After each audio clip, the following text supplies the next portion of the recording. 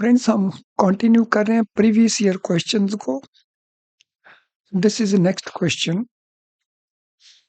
Who is the fourth party in trade receivable discounting system platform? First three are seller, buyer and factor. Trade system के अंदर, platform के अंदर तीन parties के नाम हमें यहाँ पे दे रखे हैं: seller, buyer, factor. Fourth party कौन सी है? सो फैक्टर कौन है? फैक्टर है फाइनेंशियर। फोर्थ पार्टी कौन सी है? फोर्थ पार्टी है insurance company which provides security. What is sniffing in the context of network security? जब हम नेटवर्क सिक्योरिटी की बात करते हैं, साइबर सिक्योरिटी की बात करते हैं, तो उसमें स्निफिंग का मीनिंग क्या रहता है? So when a hacker acquires the data packets as they travel across a network, network के ऊपर पैकेट्स ट्रेवल करते हैं जिनमें डेटा कंटेंड रहता है।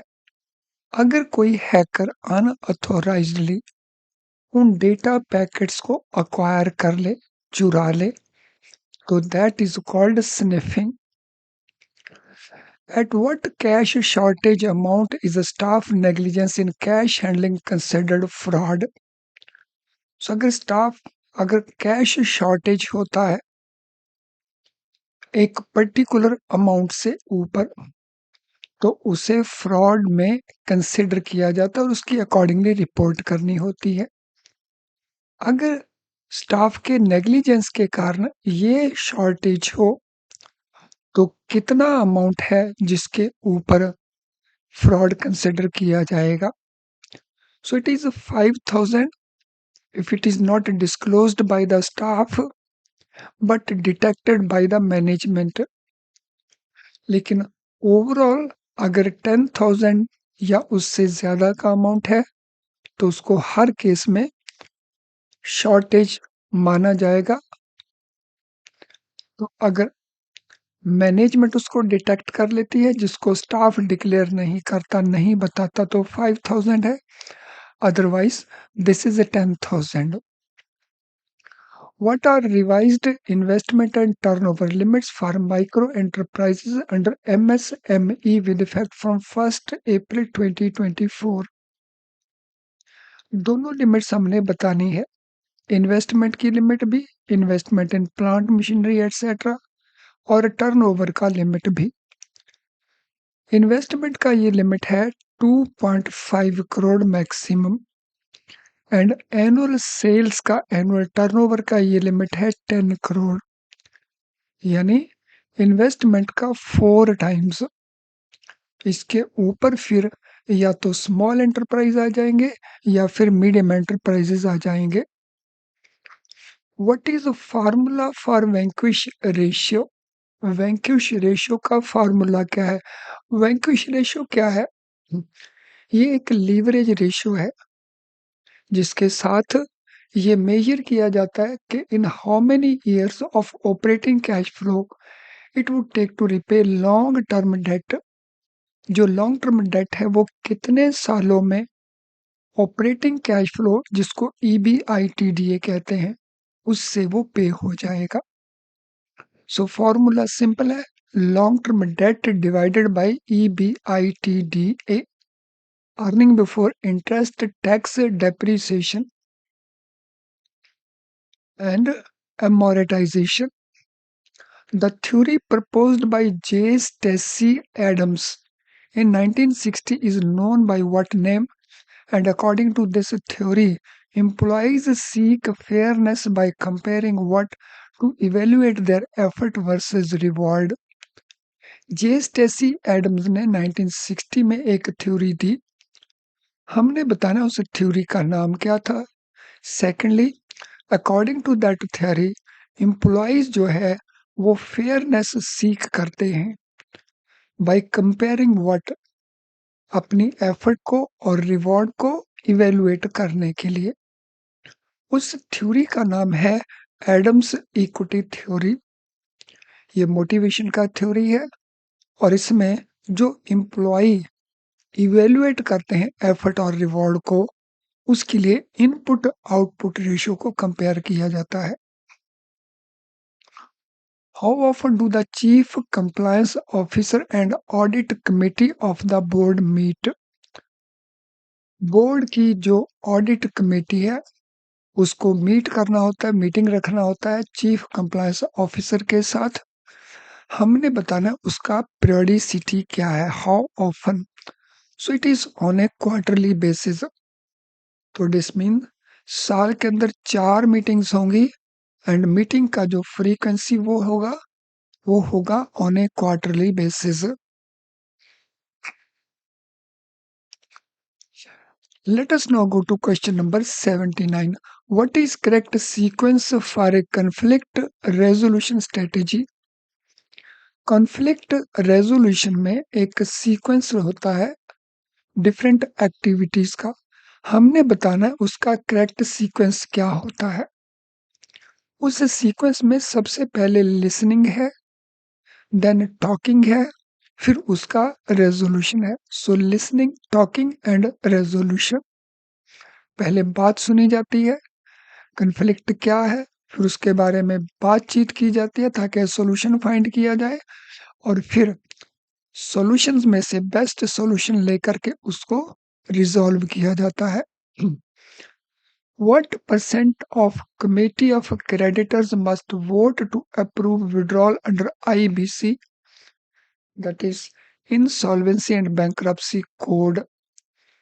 कमेटी ऑफ क्रेडिटर्स जो आमतौर के ऊपर बैंक्स एंड फाइनेंशियल इंस्टीट्यूशंस की कमेटी होती है, तो कितने परसेंट मेंबर्स वोट देंगे उसके बेसिस के ऊपर अगर आईबीसी का केस विड्रॉ करना हो।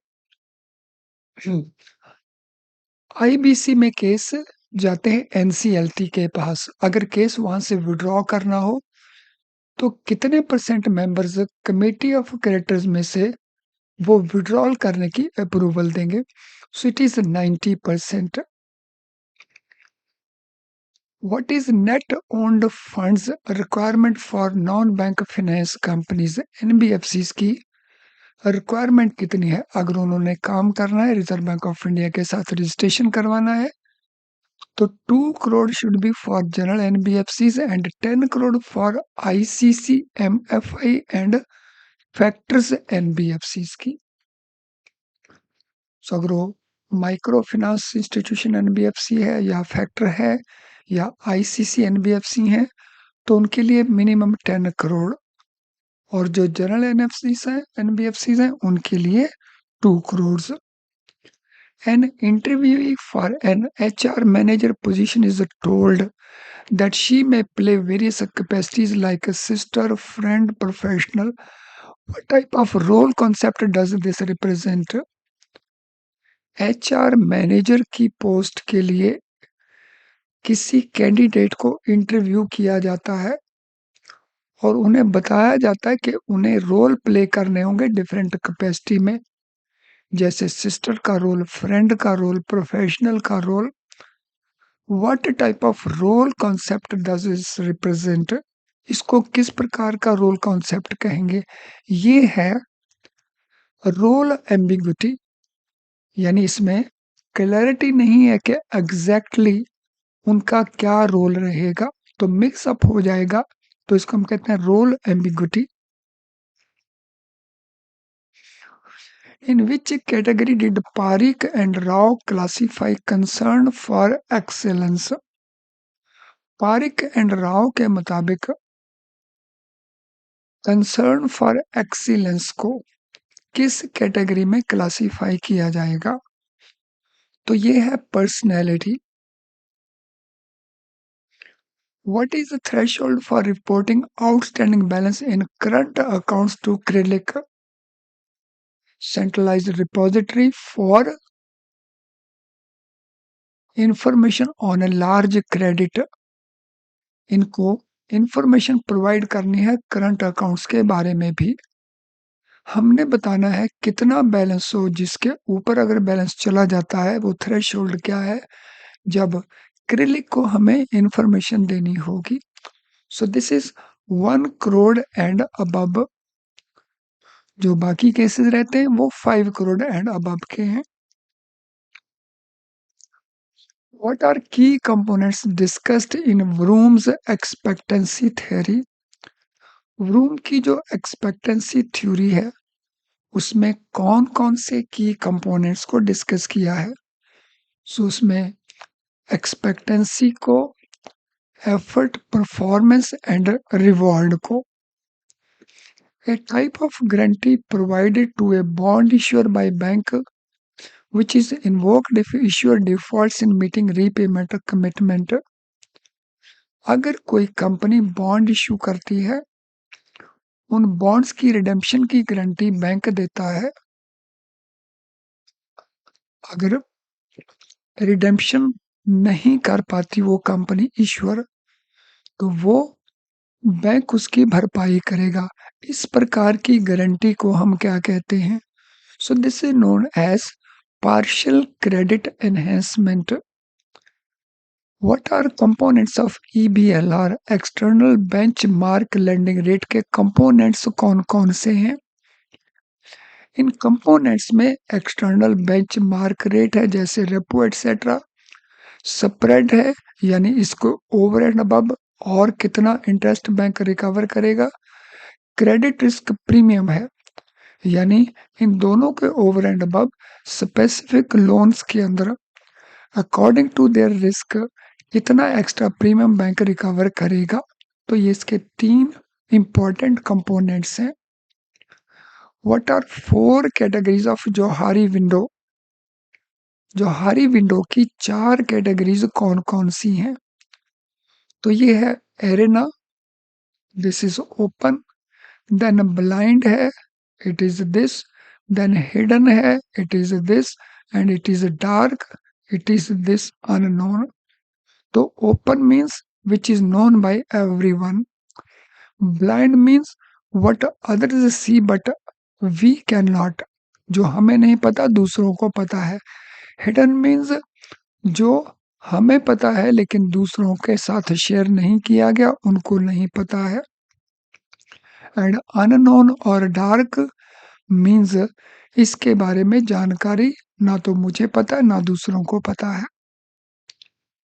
Which type of loan did RBI mandate for application of MCLR after April 1st, 2016? MCLR का सिस्टम जब इम्प्लीमेंट किया गया 2016 में, तो आरबीआई ने किस प्रकार के लोन्स के लिए कंपल्सरी एप्लीकेशन MCLR का मैंडेट किया? तो ये लोन्स में है हमारे जितने भी नए रुपी लोन्स थे, जिनमें home loans, car loans, personal loans, corporate loans etcetera had to be linked to MCLR। तो इसमें ये जो कॉर्पोरेट लोन है ये मैंडेटरी नहीं किए गए थे, लेकिन MSME loans, so they were mandated. Existing borrowers under a base rate were allowed to continue, but they were given the option to switch to MCLR। जो उस समय एग्जिस्टिंग बोरोर थे उनको पहले वाला जो सिस्टम था बेस रेट का, they were allowed to continue with that, लेकिन उनके पास ऑप्शन भी थी that they can switch to MCLR system any time. So this is corrected, it is MSME। अगले क्वेश्चन के ऊपर चलते हैं। In which era is human capital considered a key factor? कौन से वो टाइम्स हैं जिनमें ह्यूमन कैपिटल को एक इम्पॉर्टेंट फैक्टर माना जाता है for success of the organisation? So knowledge era हम उसको कहते हैं, तो जिसमें नॉलेज जो है एक डिसाइसिव फैक्टर है। अगर हम इसका कंपैरिजन करते हैं एग्रेरियन ईरा को या इंडस्ट्रियल ईरा में, वहाँ नॉलेज का इम्पोर्टेंस था लेकिन it was not a key factor. तो जो इस समय है नॉलेज ईरा, उसमें ह्यूमन कैपिटल में नॉलेज पार्ट को एक की फैक्टर माना जाता है। Match type A and type B personality traits for the following situations. So type A personality, type B personality. The person is patient, aggressive, stress resistant, strongly competitive. तो इनमें हमने बताना है कि इनमें टाइप ए किस में है, टाइप बी पर्सनैलिटी किस में है। तो नंबर 1 पेशेंट जो है, जो शांत रहता है, वो टाइप बी है। जो अग्रेसिव है वो टाइप ए है। जो स्ट्रेस रेजिडेंट है, मतलब वो स्ट्रेस को झेल लेता है आसानी से, वो स्ट्रेस क्रिएट नहीं होने देता या वो स्ट्रेस को फेस कर लेता है, वो बी है। और जो स्ट्रांगली कॉम्पिटिटिव है वो ए है। तो ये इनके ट्रेड्स हैं, different personality trait type A and type B के। In case of NBFC having net owned funds of rupees 2 crore, they are supposed to enhance it to rupees 10 crore. वो NBFCs जिनका NOF 2 करोड़ था, उनको लेके जाना है 10 करोड़ के ऊपर।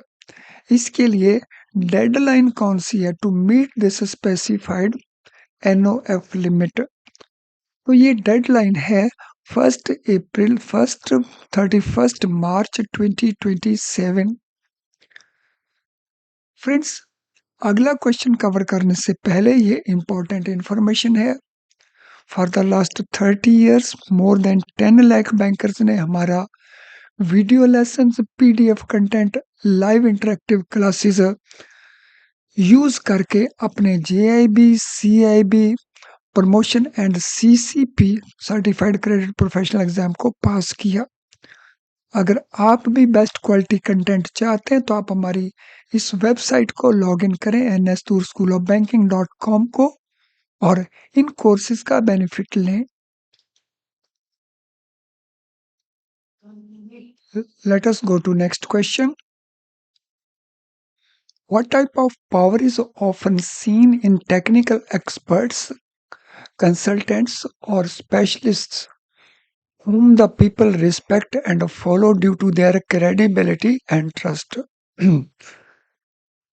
जो टेक्निकल एक्सपर्ट्स हैं या कंसल्टेंट्स हैं या स्पेशलिस्ट हैं, जिनको लोग फॉलो करते हैं because of their credibility and trust, वो किस प्रकार का पावर यूज करते हैं या उनमें किस प्रकार की पावर को देखा जाता है? So this is known as knowledge power. उनके पास स्पेशल टाइप का नॉलेज है, इसीलिए लोग उनको रिस्पेक्ट करते हैं, उनको फॉलो करते हैं। जैसे कंसल्टेंट्स हैं, स्पेशलिस्ट हैं, टेक्निकल एक्सपर्ट्स हैं। Power derived from personal charisma, reputation और ability to inspire admiration and loyalty. So किसी पर्सन का पर्सनल करिश्मा या उसका रेपुटेशन या उसकी एबिलिटी के वो दूसरों को इंस्पायर कर देता है एडमायरेशन के लिए और लॉयल्टी के लिए, तो उस पावर को क्या कहते हैं? So that is known as referent power. What are 4 components और elements of MCLR? Marginal cost based lending rate के 4 कंपोनेंट्स कौन कौन से हैं? So one is marginal cost of funds, यानी जो करंट कॉस्ट है फंड्स की वो क्या है? Negative carry on CRR। CRR का जो अमाउंट हम रिजर्व बैंक के पास डिपॉजिट करवाते हैं उसके ऊपर हमें कोई इंटरेस्ट नहीं मिलता, तो हमारी कॉस्ट नेगेटिव है, उसी को हम कहते हैं negative carry. Operating cost and then maturity premium, जिसको हम कहते हैं टेनर प्रीमियम। तो ये 4 कंपोनेंट्स हैं MCLR के। What is the technique in cybersecurity called where attacker gains trust to deceive a victim and steal personal information? Cyber security में वो कौन सी टेक्निक है जिसके चलते जो अटैकर है वो प्राप्त कर लेता है, गेन कर लेता है जो विक्टिम है उसका विश्वास और उसकी पर्सनल इंफॉर्मेशन को चुरा लेता है, स्टील कर लेता है. So that is called spoofing. What is a type of malware which disguises itself as legitimate or harmless software to trick a user into installing it? वो कौन सा मालवेयर है, वो कौन सा वायरस है जो अपने आप को दिखाता है कि वो लेजिटिमेट है, असली है और हार्मलेस भी है, और वो यूजर्स को फोर्स कर लेता है कि यूजर उनको इंस्टॉल कर लें अपने सिस्टम के अंदर. So this is called Trojan virus. Question 98. What are the four functions of attitude at work place? Work place के ऊपर जो एटीट्यूड है उसके चार फंक्शंस कौन कौन से हैं? Adjustment function, ego defensive function, value expression function and knowledge function. तो ये चार डिफरेंट फंक्शंस हैं. What is the relationship between HRM and HRD? इन दोनों के बीच में रिलेशनशिप क्या है? Human resources management and human resources development. HRD एक अम्ब्रेला फंक्शन है, यानी एक ओवरऑल फंक्शन है एचआरडी, एंड एचआरएम उसका एक सब सिस्टम है. एचआरडी जो है वो ऑर्गेनाइजेशन फोकस्ड है और एचआरएम एम्प्लॉय फोकस्ड है. एचआरडी रिएक्टिव है और एचआरएम प्रोएक्टिव है. तो ये रिलेशनशिप है इनका, जिसमें डिस्टिंक्शन पॉइंट भी है. What is primary focus of risk based internal audit? RBI का प्राइमरी फोकस किसके ऊपर है? Auditing the management of risk. तो रिस्क को कैसे मैनेज किया जा रहा है उसका ऑडिट, यानी ये ब्रॉडर एस्पेक्ट है.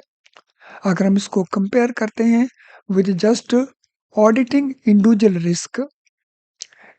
रिस्क को ऑडिट करने की बजाय ये रिस्क को मैनेज ओवरऑल कैसे किया जाए उसके ऊपर फोकस करता है.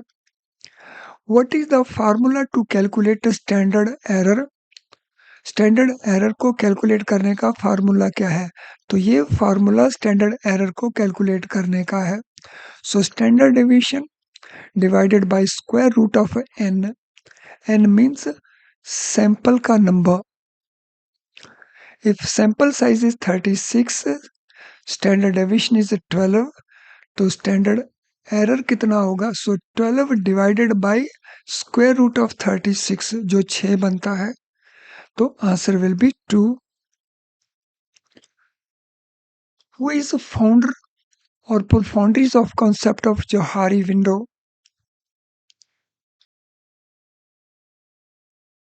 I'm repeating it. Who are the founders of concept of Johari window? Johari window में 4 विंडोज हम देख चुके हैं एक क्वेश्चन के अंदर. उस कॉन्सेप्ट को किसने बनाया, उनका फाउंडर या प्रोफाइंडरीज कौन है? तो they were Joseph Luft and Harrington इंघम. Question 103. What is the maximum age limit for chief compliance officer? अगर किसी ऑर्गेनाइजेशन ने चीफ कंप्लायंस ऑफिसर अपॉइंट करना है तो मैक्सिमम एज लिमिट कितना है? तो दैट इज 55 years. तो at the time of appointment he should not be older than 55 years. In a Poisson distribution, what represents the mean and variance? Poisson distribution में mean और variance को क्या represent करता है? इसको रिप्रेजेंट करता है lambda. If a father's property is offered as collateral for a hospital loan in the name of an applicant, what is father's legal capacity in the loan? अगर father की property को collateral के तौर के ऊपर accept किया है, तो उस केस में फादर का लीगल कैपेसिटी उस लोन में क्या होगा? सो 2 तरह का उसमें कैपेसिटी होगा, एक होगा गारंटर एंड सेकेंडली मॉर्टगेजर। तो उसकी गारंटी भी दे रहा हो लोन का और अपनी प्रॉपर्टी को वो मॉर्टगेज कर रहा होगा, इसलिए वो मॉर्टगेजर भी बन जाएगा। What is linear forecasting equation? Linear forecasting या ट्रेंड इक्वेशन क्या है? So this is that equation. अगर हम उसको ट्रेंड के हिसाब से देखें तो y representing trend is equal to a plus B into T. तो यहाँ पे y जो है forecasted value minus independent value.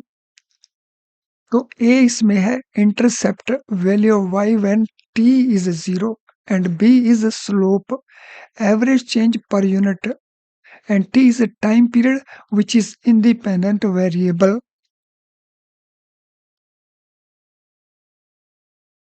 Well friends, इसके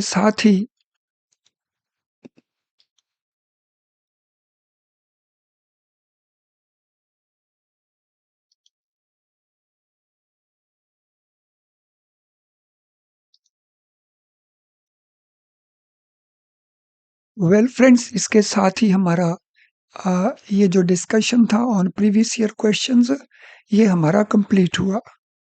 इन सभी क्वेश्चंस को अच्छे से करिए, क्योंकि ऐसा देखा गया है पास्ट में कि बहुत सारे क्वेश्चंस प्रीवियस ईयर क्वेश्चंस में रिपीट होके अगले पेपर्स में पूछ लिए जाते हैं।